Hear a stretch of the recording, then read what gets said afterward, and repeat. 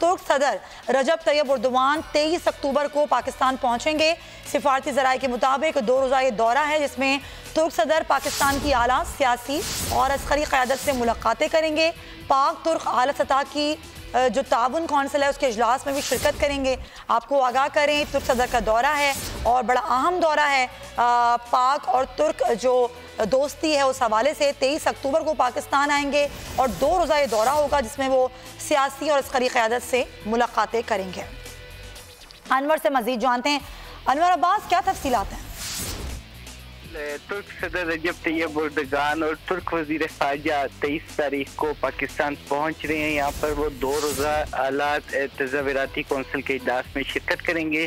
इस इजलास की सदारत जो है मुश्तरका तौर पर वज़ीर आज़म इमरान खान और रजब तैयब एर्दोगान करेंगे, जबकि तुर्क सदर के हमरा एक बड़ा तिजारती और कारोबारी शख्सियात पर मुश्तमिल वफ़द भी पाकिस्तान आएगा और अपने 2 रोज़ा दौरे के दौरान वो मुख्तलिफ माहिदों पर दस्तखत करेंगे।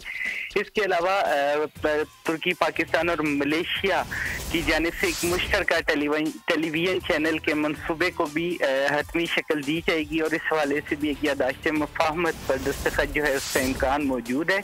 और दौरे पाकिस्तान के दौरान तुर्क सदर न सिर्फ वज़ीर आज़म इमरान खान से मुलाकात करेंगे बल्कि मुसल्लह अफ़वाज के सरबराह जनरल कमर जावेद ख़ारजा।